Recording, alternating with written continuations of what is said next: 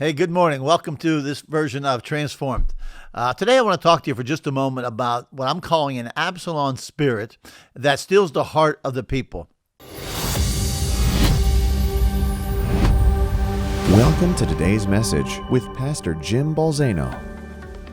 And as always, I want to thank Park Home for our studio furniture, and I want to thank Taylor Design and Events for the design of our studio.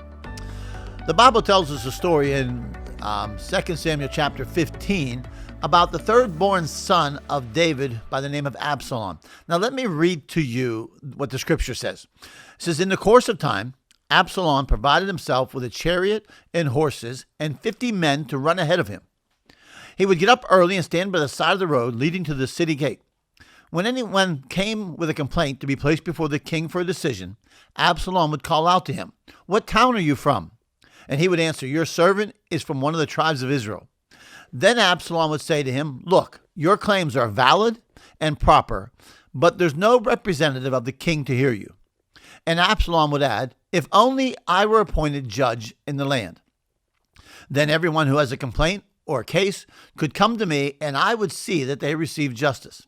And whenever anyone approached him to bow down before him, Absalom would reach out, take his hand, and take hold of him, and then kiss him. And Absalom behaved in this manner towards all the Israelites who came to the king looking for justice." Now listen to this part of it. "And he stole the hearts of the people of Israel." Absalom was a man looking for one thing. He wanted power. He was a man who wanted what was not appointed to him. The throne of his father was appointed to him by God. Absalom was on a mission to usurp the God-given authority that was given to him by God. In order to gain the power, he would have to do something. He would have to steal the hearts of the people. It got me thinking about this last week, and the Lord prompted me with this scripture, and I was looking at our national climate, if you will. Let me say this to you. Between now and November 3rd, there is going to be an onslaught of those in pursuit of power who will try to steal the hearts of the people.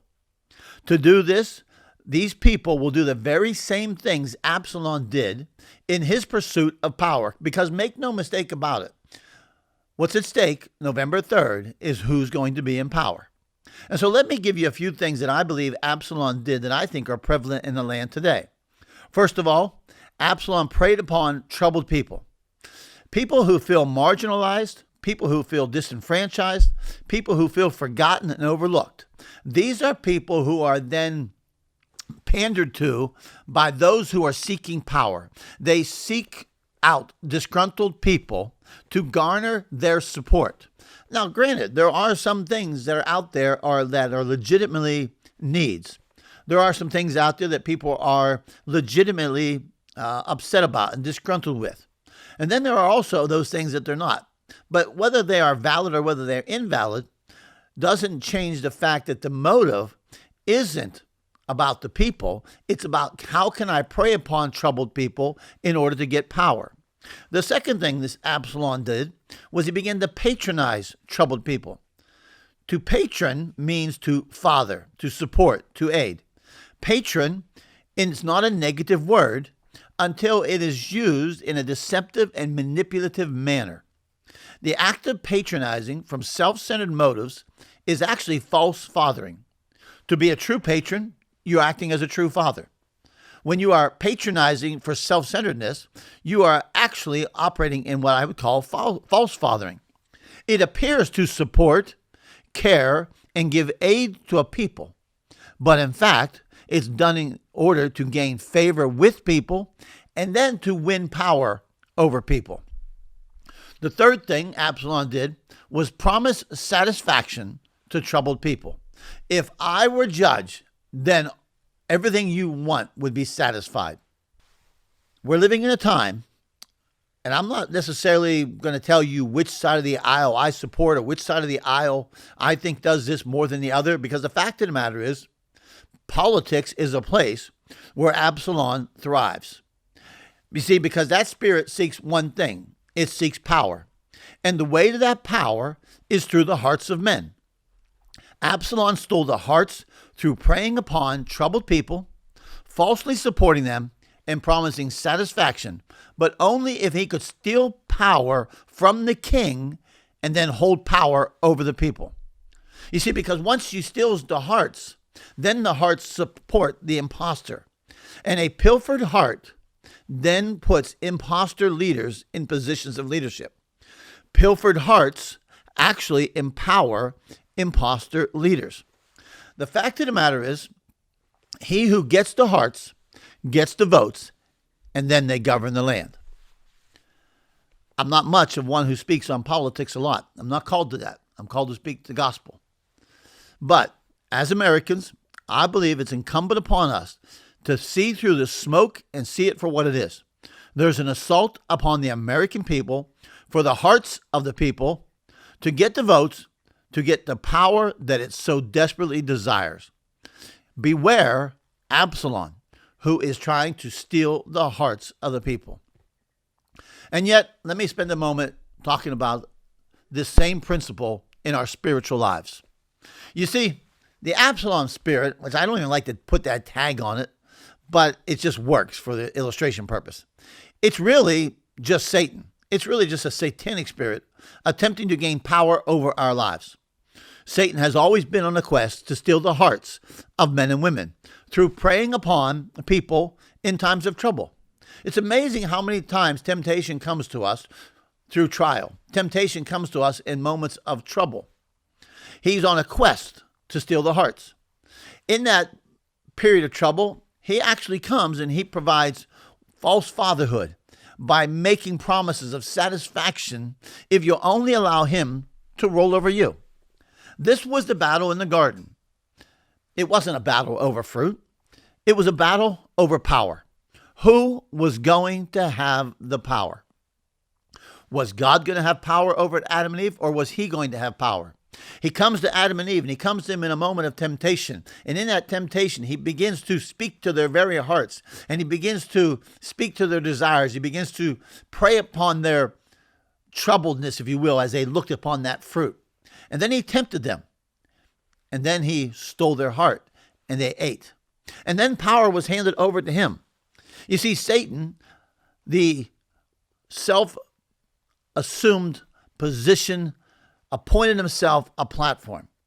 Satan preys upon troubled people in troubled times. He patronizes troubled people with false fatherhood and makes promises of satisfaction if you will succumb to his role or to his dominion. And the goal is power. Here's the good news, though. The good news is that you and I, we live under the rule of another one. But it's not one who stole our heart. It's not one who came and took our heart by force or by power or lorded over us. No, it's one who came in a spirit of humility, Jesus. That Jesus actually didn't need a platform. He actually left his platform in heaven and came to earth, took the form of a man to serve you and I. He came to serve troubled humanity, not prey upon troubled humanity. Jesus was the essence of what true patronizing means. True fathering. He was a demonstration of the Father in heaven. He said, if you see me, you've seen the Father. If you hear me, you heard the Father. He was a statesman of heaven. Jesus promised satisfaction to the weary. Come to me, all you who are weary and heavy laden, and I will give you rest. For my yoke is easy and my burden is light. Let me say something to you. When those who have a thirst for power get control, ultimately, their yoke is not easy and their burden is not light. As a matter of fact, the moment you would try to get out from under it, they would threaten, manipulate, and coerce. The wonderful thing about Jesus is when he wins our heart, he doesn't have to threaten us or he doesn't have to manipulate us or coerce us to keep our hearts. He won our hearts through radical, scandalous, unconditional love. He won our hearts through sacrifice, through humility. He won our hearts through serving his Father's interest and our interest. He won our hearts, and now he governs our heart. He changes our hearts. He heals our hearts.